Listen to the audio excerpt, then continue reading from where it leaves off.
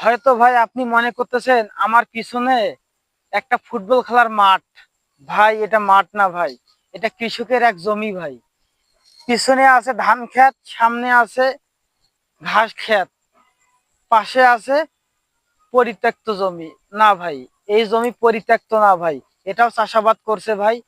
2-3 দিনকার বৃষ্টিতে ভাই ভিজে গেছে ভাই। এখানে পাট গাড়া ছিল ভাই, পাটগুলো নষ্ট হয়ে গেছে ভাই বৃষ্টির কারণে ভাই। হয়তো আপনি এই এলাকায় পাট গাড়ছেন, পাট নষ্ট হয়ে গেছে ভাই বৃষ্টির কারণে ভাই। আপনি যখন বৃষ্টি আসবে তখন আপনি অবশ্যই অবশ্যই জমিতে যাবেন। সেখানে যদি এই পানি না কাটে দেওয়ার কোনো বুদ্ধি থাকে, পানি কেটে দেবেন, সে জমি থেকে পানির জন্য বাইরে হয়ে যায়। এই জমিতে ভাই পানি লাগা ছিল, এই জন্যই ভাই পাট হতে পারে নাই ভাই। কত বড় লস যে স্বীকার করলো ভাই এক কৃষক। আসলে ভাই এই দুঃখজনক জিনিসগুলো না দেখলে আপনি বুঝতে পারবেন না ভাই।